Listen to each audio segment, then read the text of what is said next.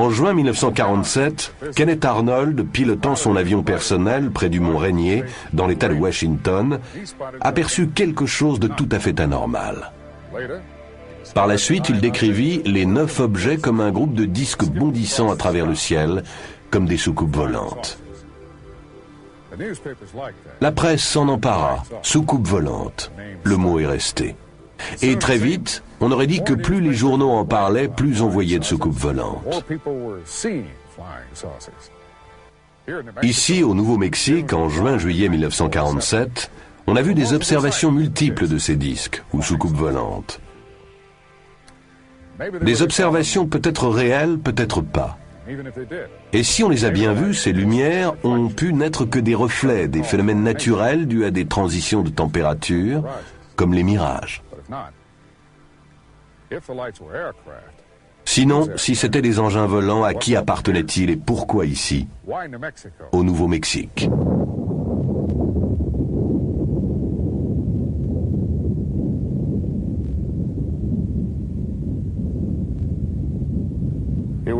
L'événement fut un désastre pour la Terre entière. Car depuis cette première bombe d'Hiroshima, nul ne se sent plus en sécurité sur Terre. Alors, c'était prévisible, lorsque les disques volants sont apparus, les militaires américains y ont vu la main des Russes. Mais d'autres avaient une théorie différente. Comme l'a écrit le grand poète John Donne, « Nul homme n'est une île ». Et s'il en allait de même de notre planète? Dans le choc suivant les premières bombes atomiques, pensait-il, par-delà ces vastes océans intersidéraux, il y aurait quelque chose à l'écoute. La première bombe atomique a explosé dans le désert du Nouveau-Mexique, près d'Alamogordo, à 160 km d'ici, au sud-ouest. C'était le 16 juillet 1945, 2 ans peu ou prou avant les premiers signalements de disques volants. Au même moment, la seule force de frappe à capacité nucléaire au monde était en état d'alerte permanente. Doté de 15 armes atomiques, c'était le 509e groupe de bombardement de la force aérienne de l'armée. Regardez la carte. Vous voyez 3 sites formant un triangle. En bas à gauche, le polygone d'essai. En bas à droite, l'aérodrome de l'armée à Roswell, base du 509e groupe et de son arsenal nucléaire. Et au sommet, le site du crash mystérieux du 2 juillet 1947. Un rancher du nom de Mac Brazel s'était installé ici. Le 3 juillet au matin, il fit la découverte. Dispersé sur une aire d'1 kilomètre de long environ, sur quelques 80 mètres de large, un bric-à-brac de débris de choses. Il y en était tombé partout, dans le sable humide, dans les rigoles emplies d'eau de pluie. La nuit d'avant, un violent orage s'était abattu sur le désert. Mais Mac Brazel s'est souvenu d'un coup de tonnerre plus fort que les autres, presque trop fort pour que ça soit du tonnerre. Et là, avec ces débris jonchant le sol, il s'est demandé, le tonnerre ou une explosion? Il y avait des pièces métalliques et d'autres matériaux légers comme du papier d'alu, des fibres comme de la ficelle, et de minces tiges à l'allure de poutrelles et portant des marques qui lui faisaient penser aux symboles que les Indiens marquent dans l'argile. D'autres, les voyant par la suite, les ont comparés à des hiéroglyphes égyptiens. Mac se rappelle que les débris étaient si drus que les moutons ne voulaient pas passer par le champ. Il a dû leur faire contourner, alors que le point d'eau est à plus d'1,5 kilomètre. Il ramassa quelques pièces et les porta à ses voisins les plus proches, Floyd et Loretta Proctor. Il nous a décrit les pièces. Nous, on lui a conseillé d'aller à Roswell pour le signaler. Vous savez, il y avait une récompense pour les ovnis. À l'époque, on disait soucoupe volante. Mac se rend d'abord au bureau du shérif. Alors les choses se précipitent. Le shérif George Wilcox envoie 2 de ses adjoints au ranch et appelle le 509e groupe de bombardement à l'aérodrome de l'armée à Roswell. Presque aussitôt, l'officier de renseignement aérien du 509e groupe, le major Jesse Marcel, arrive au bureau du shérif. Il est escorté d'un agent du contre-espionnage en civil. Le major Marcel appelle l'officier commandant le 509e groupe, le colonel William Blanchard. Le colonel donne alors l'ordre au major Marcel, ainsi qu'à l'agent du contre-espionnage, de se rendre au ranch en compagnie de Brazel pour mener leur enquête. À l'époque, la route n'était pas en meilleur état qu'aujourd'hui. Il faisait nuit quand ils sont arrivés. Entre-temps, les deux adjoints du shérif étaient revenus à Roswell avec leur propre version. Ils n'avaient pas pu trouver le champ de débris à les entendre. En revanche, ils avaient découvert ceci, un cercle de sable vitrifié dans un pâturage. Comme après un bombardement. Un grand cercle tout brûlé, oui. Le lendemain, 7 juillet, ils ramassent autant de débris qu'ils peuvent en charger dans la buick du Major et le fourgon de l'armée. À la fin du jour, ils repartent pour Roswell. Depuis des années, nombre d'enquêteurs tentent de résoudre l'énigme de Roswell. En 1980, le colonel Charles Berlitz, avec William Moore, ont publié leurs conclusions dans un livre. L'incident de Roswell. 10 ans plus tard, de nouveaux faits fascinants ont été révélés grâce aux efforts de Don Schmitt et Kevin Randle. Don est directeur des investigations spéciales du Centre de recherche sur les ovnis à Chicago. Kevin est officier de renseignement avec le grade de capitaine dans la réserve de l'US Air Force.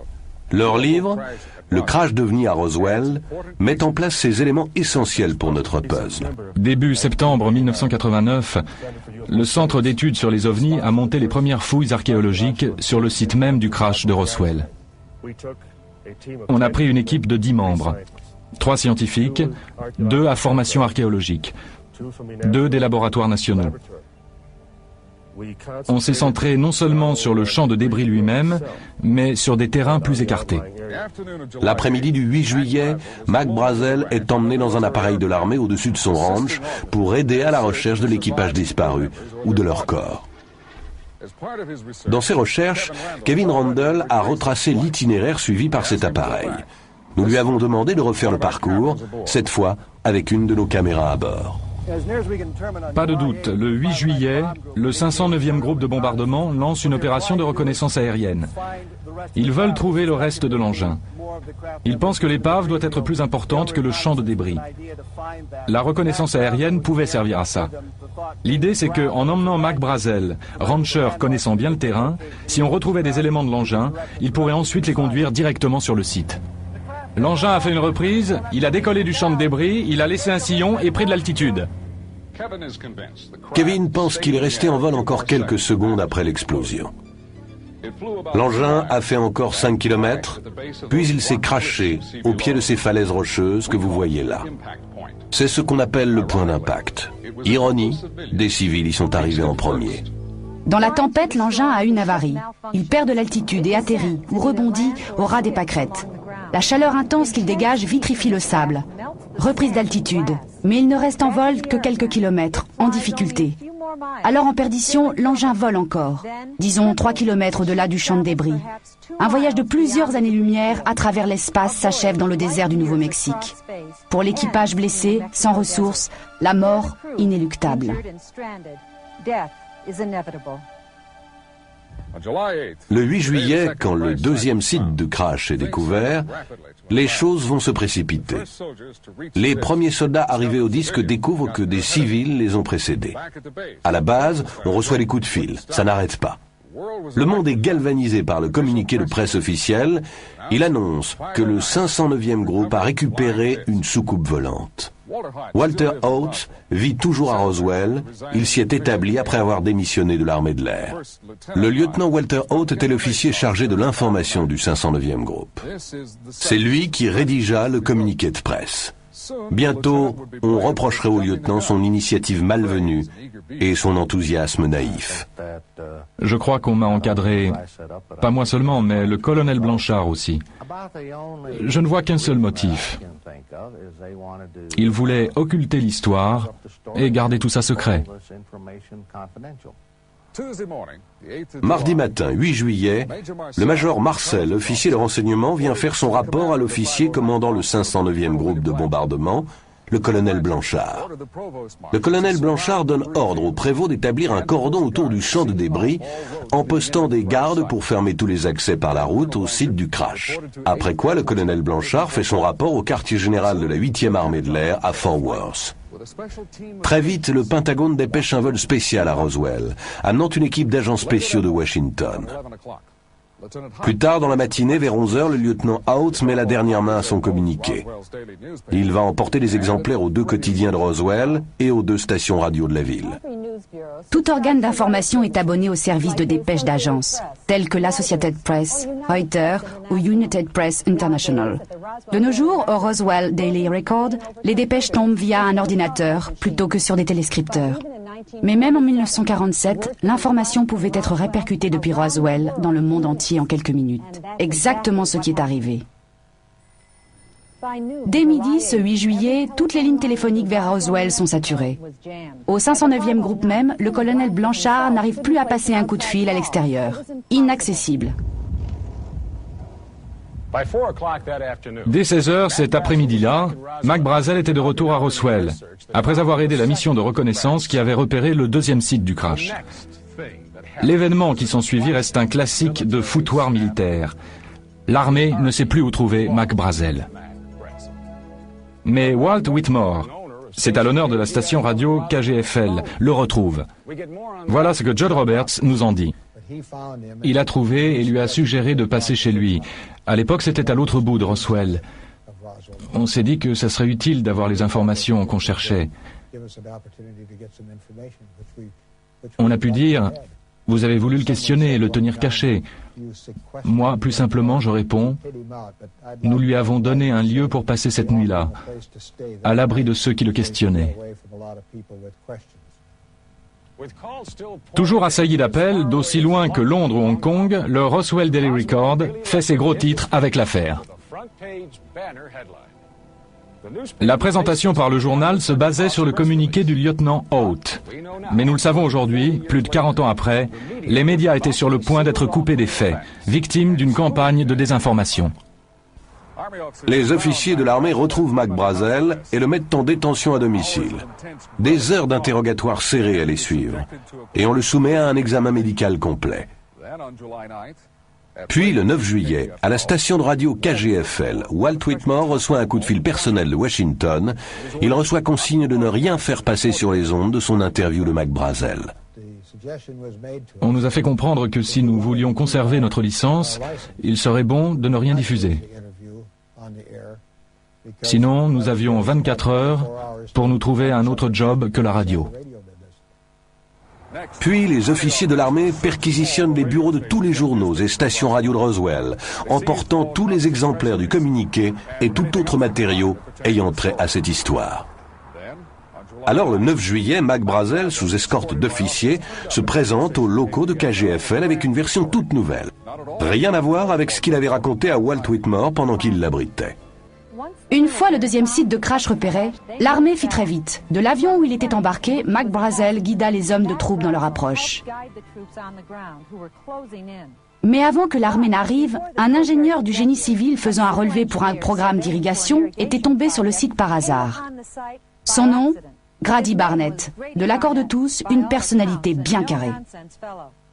Proche de Barnett, Vern Maltéis se rappelle son ami évoquant sa découverte des corps et sa description de ceux-ci. Il m'a dit, bon, je vais te raconter quelque chose que je ne suis pas censé divulguer. Il a trouvé cet objet au sol qui était de la forme d'une soucoupe volante éventrée. Alors il est sorti de son camion et il est allé voir. Et il y avait 4 humanoïdes gisant par terre. Ils étaient couverts d'une sorte d'ensemble de couleur terne, haut de 90 à 120 cm.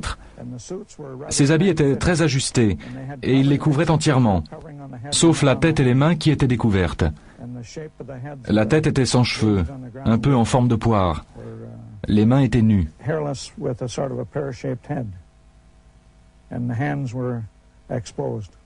Ils étaient à peine arrivés qu'une équipe d'archéologues s'est pointée, juste après Verne. Alors les militaires sont arrivés. Ils ont cerné l'endroit. Ils ont appelé les équipiers d'Orwell, de la mission archéologique, et Barnett. Et ils leur ont donné l'ordre de ne jamais divulguer ça. Ils ne devaient en parler à personne, oublier tout ce qu'ils avaient vu. Barnett a déclaré qu'il était tout près des corps, presque à les toucher, lorsque le groupe d'étudiants et d'archéologues est arrivé. Si l'histoire est véridique, voilà un groupe idéal de témoins, ayant toutes les qualités requises, détenteurs d'éléments concrets de conviction. En d'autres termes, on aurait là ce qui constitue une preuve. Mais qu'est-il arrivé? En moins de temps qu'il n'en faut pour le dire, l'armée a tout pris en main. Ils ont recouvert les corps, regroupé les étudiants, les archéologues et ingénieurs à l'écart, les forçant à se détourner de la scène. C'était là une affaire touchant à la sécurité nationale. Personne ne devait en parler. Si l'un d'eux le faisait, les autorités le sauraient, et elles sauraient le retrouver. Les hommes de troupe les escortèrent loin du site, les reléguant à l'obscurité. Grady Barnett a bien parlé des corps à son patron, mais la réaction se résuma à l'incrédulité. Après quoi, Barnett tint pour lui la plupart des détails, n'en parlant qu'aux membres de sa famille et à son ami proche, Vern Maltese. Grady Barnett est mort en 1969. Quant aux archéologues et étudiants, on ne les revit plus, repartis sans doute pour l'une des grandes universités du Nord-Est. Des années durant, nul ne savait où les trouver. Puis en 1979, une femme atteinte d'un cancer fit une déposition sur son lit de mort à l'une des infirmières de l'hôpital local de Saint-Pétersbourg en Floride. J'étais infirmière dans un service pour patients en phase terminale. Un jour, je vais donner son bain à une patiente. Elle était plus alerte que d'ordinaire. Elle se comportait d'une façon très soupçonneuse. Elle me demande de tirer les rideaux. Elle veut savoir s'il y a une autre patiente dans l'autre lit. Je dis non, mais ça m'a surprise.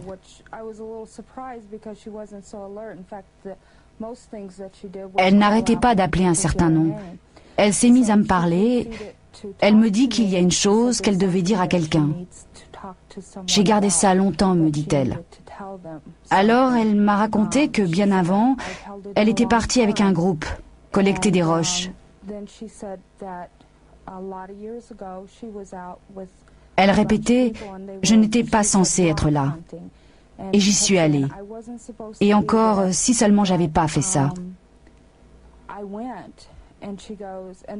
Elle me dit qu'ils étaient dehors à marcher, qu'ils sont arrivés à une colline, ils l'ont passée. Et alors ils ont vu un grand objet qui brillait, très gros. Ils ont voulu le voir mieux. Alors ils se sont approchés. C'était un gros objet par terre, circulaire. Et par terre, il y avait des sortes de couvertures. L'un des gars de l'équipe est allé voir, retirait des bâches. Et elle m'a dit qu'il s'agissait d'êtres tout petits. Elle ne pouvait pas le croire. Vraiment des êtres de petite taille. Ils avaient des têtes très grosses, de très grands yeux. Et ils étaient couverts d'une sorte d'étoffe brillante. Je me rappelle pas si elle a parlé d'une couleur. Je crois qu'elle a dit bleu, mais là je ne me souviens pas vraiment maintenant. Mais c'était si brillant que c'était comme du liquide ou du vif argent. Mais alors elle s'est montrée très ennuyée. Elle m'a dit « Vous n'en parlez à personne, jamais à personne ». À ce moment-là, elle a juste commencé à regarder dans la pièce. Elle avait un comportement très paranoïaque et elle m'a dit « Parce qu'ils peuvent toujours vous retrouver ». Et moi, qui peut toujours nous retrouver? Elle m'a dit « Les autorités ». Préparant soigneusement une version occultant les faits, le général Ramet donna ordre au colonel Blanchard, commandant le 509e groupe, d'envoyer son officier de renseignement, le major Marcel, à Fort Worth. Marcel apporta au général des éléments de débris rangés dans une caisse. Laissant la boîte sur son bureau, le général conduit alors le major dans une autre pièce, lui proposant de consulter une carte. À leur retour, la caisse a disparu. À la place, on a un vieux ballon météo. Alors le général Ramet fait entrer les journalistes. Une simple erreur, déclare-t-il. Le major Marcel et le 509e groupe s'étaient trompés. Et le général ajouta que ce type de ballon était d'un modèle nouveau, à faire classer dès le milieu de l'après-midi. Mais, nous le savons maintenant, des éléments de débris avaient été livrés au général, plus tôt ce même jour. Si c'était juste un ballon, pourquoi ne pas le dire tout de suite, mettant fin à la question et rassurant du même coup le Pentagone? Le docteur Jesse Marcel Jr. avait 11 ans lorsque son père, le major Marcel, rentra une nuit avec une cargaison d'objets étranges dans sa voiture. Le docteur Marcel s'est établi aujourd'hui à Helena, dans le Montana. Il se souvient que son père l'a réveillé vers 2 heures du matin pour lui montrer, ainsi qu'à sa mère, ce qu'il avait trouvé. Ce qui était vraiment exceptionnel, c'était des marques sur une partie des pièces de l'épave.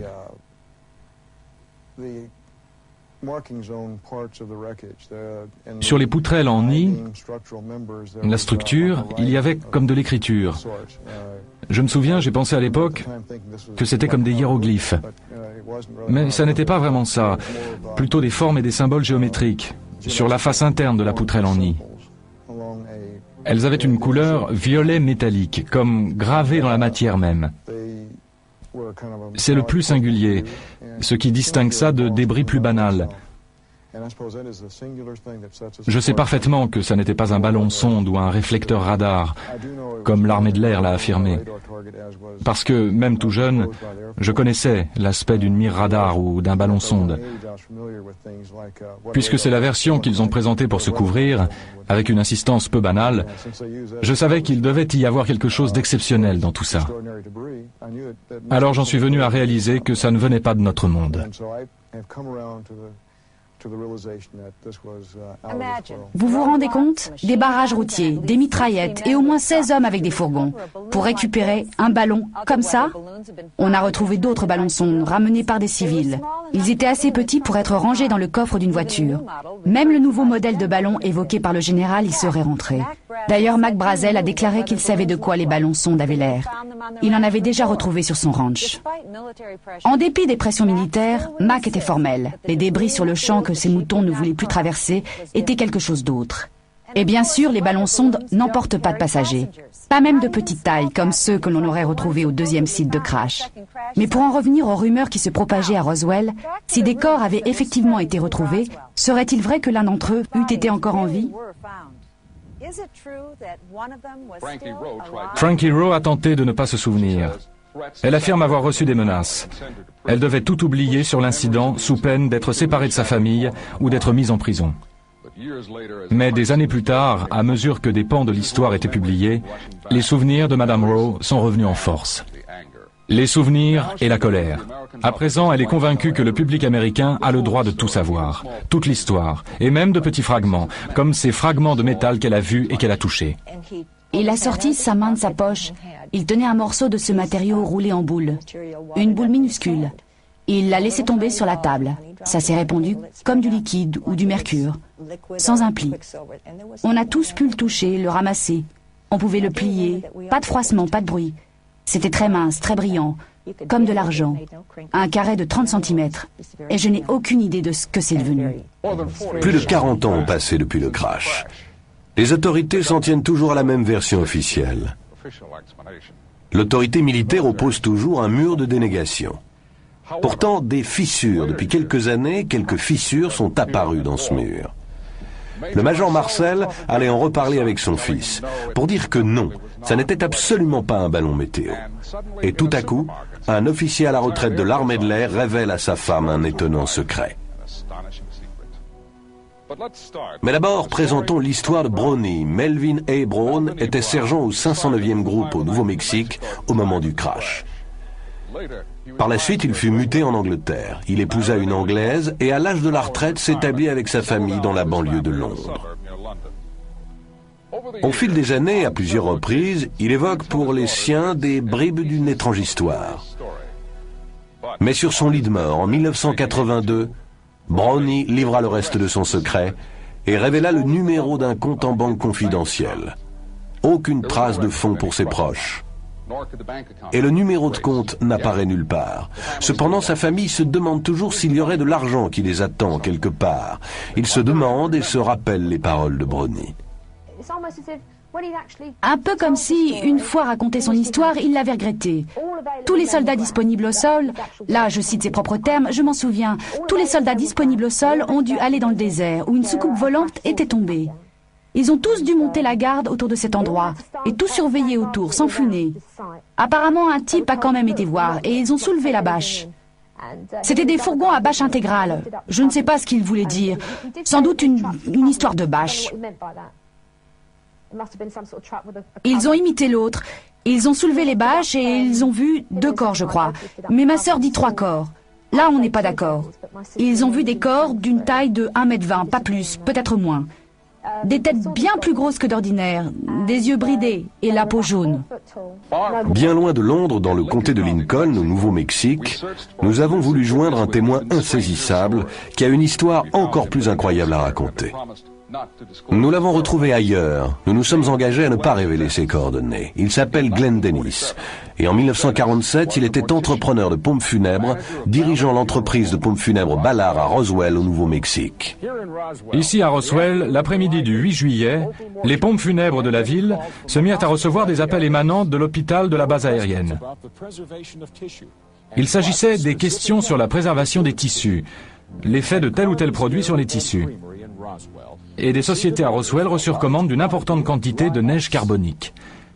Après 4 ou 5 coups de fil reçus aux pompes funèbres, le responsable conclut qu'il devait y avoir eu un crash avec mort d'homme à la base aérienne. C'était le début de l'histoire la plus remarquable liée au crash de Roswell. Voici l'homme dont nous parlons. L'entrepreneur de pompes funèbres, Glenn Dennis. En 1947, il était directeur de l'entreprise de pompes funèbres Ballard à Roswell. Ces coups de fil formaient les préludes de menaces de mort.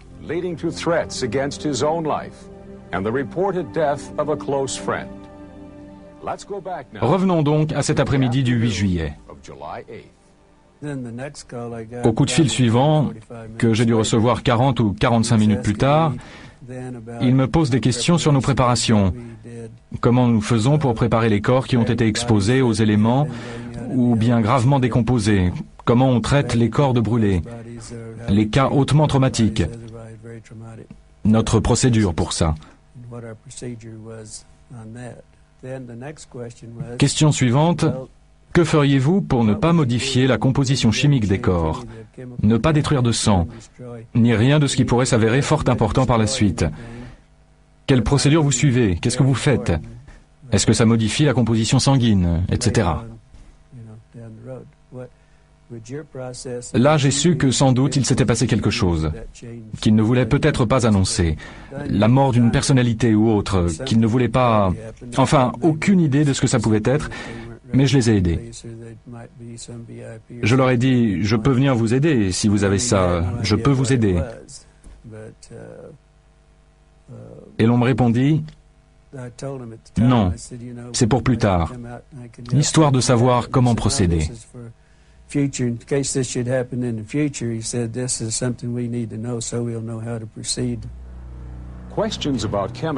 Des questions sur les produits, les tissus, la préservation du sang et autres fluides physiologiques. Des questions bien bizarres. Si les médecins de la base étaient en train d'autopsier les restes, au moment de ces coups de fil, il s'ensuit que dès le 8 juillet, les corps avaient été enlevés du 2e site du crash et déposés à l'hôpital de la base, ce qui correspondrait à des détails clés du récit du sergent Brown. La version de Glenn Dennis corrobore ce que dit le témoin Frankie Rowe. Il pensait que celui qui était en vie avait été emporté à l'hôpital de la base. Et un de nos amis, le mari d'Aris, travaillait là. Il a vu un personnage entrer.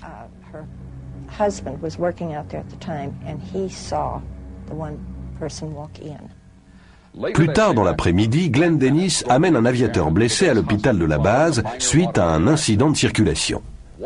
Entrant en salle d'urgence, Dennis vit des débris à l'arrière d'une ambulance de l'armée garée là.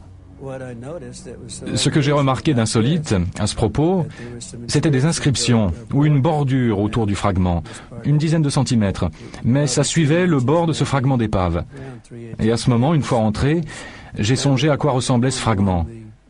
Ça m'a fait penser à une inscription égyptienne, peut-être des figures. Et là, une autre pièce de notre puzzle se met en place. Il semble que le médecin était en plein examen des corps lorsque M. Dennis est entré dans la salle d'urgence. Ils étaient assistés par une infirmière dont il nous dit que c'était une proche amie. Une des infirmières, lieutenant du corps des infirmières que je connaissais très bien, Elle était très remontée. Elle m'a dit, comment tu es entré ici? Qu'est-ce que tu fais là? Sors d'ici tout de suite, ou tu vas avoir de gros ennuis. Sors vite fait.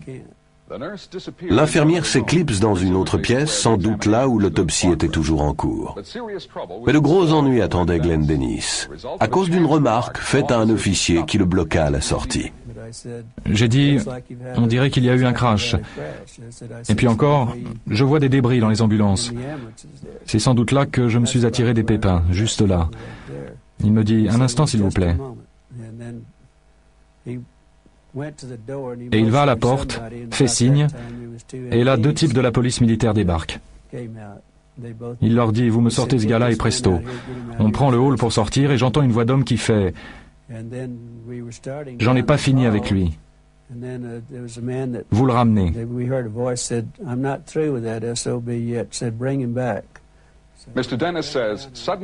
Monsieur Dennis déclare qu'on l'a brusquement fait entrer dans une pièce où il se retrouve face à 2 hommes qu'il n'avait jamais vus jusque-là, un sergent de l'armée et un capitaine aux cheveux roux. Un échange animé s'ensuit où Dennis affirme que tous les deux l'ont menacé de mort. Le capitaine roux me dit, il n'y a pas eu de crash ici. Vous n'avez rien vu.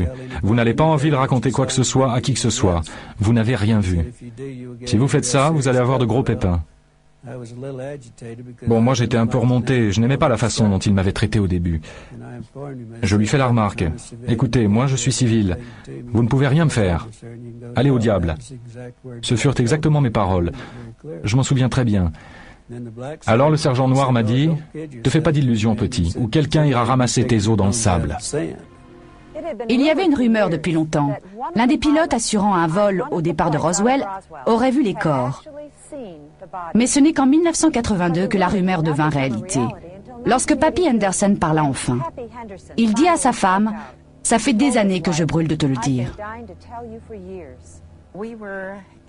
Nous étions à l'épicerie à San Diego, où nous vivions depuis des années, et à la caisse, là, un journal. Le Globe, je crois, avait toute une histoire sur l'affaire. D'ailleurs, j'ai gardé les journaux. Il a jeté un coup d'œil et il m'a dit « Ça fait des années que je veux t'en parler. » J'imagine que si ça sort dans les journaux, alors ça n'est plus top secret. Alors nous avons acheté les journaux, on est allé à la voiture et il m'a dit « Lis ça ». Et j'ai lu ces articles. Il m'a dit « C'est une histoire vraie ». Et encore, non seulement je le savais, mais c'est moi le pilote qui a convoyé la soucoupe crashée jusqu'à Dayton dans l'Ohio. J'étais abasourdi. Et si ça n'avait pas été Papy, sans doute que je ne l'aurais pas cru. Mais il était très sûr de son fait. Et il me disait toujours la vérité, sans le moindre faux fuyant. Alors je l'ai cru. Mais à l'époque, si on disait qu'on avait vu un engin intergalactique ou une soucoupe volante, votre réputation était faite. Une cinglée. Alors, on n'en a pas beaucoup parlé. Mais ça faisait des années, quand on lui demandait ce qu'il pensait des soucoupes volantes, sa réponse était toujours « Pas de fumée sans feu ». Près de 50 ans plus tard, la version officielle n'a toujours pas varié. Mais qu'un vaisseau spatial se soit écrasé ou non au Nouveau-Mexique, une chose reste certaine. Les histoires touchant à l'incident ont été ensevelies depuis des dizaines d'années sous plusieurs strates de secrets, ce qui amène à la question la plus fascinante de toutes. Pourquoi ?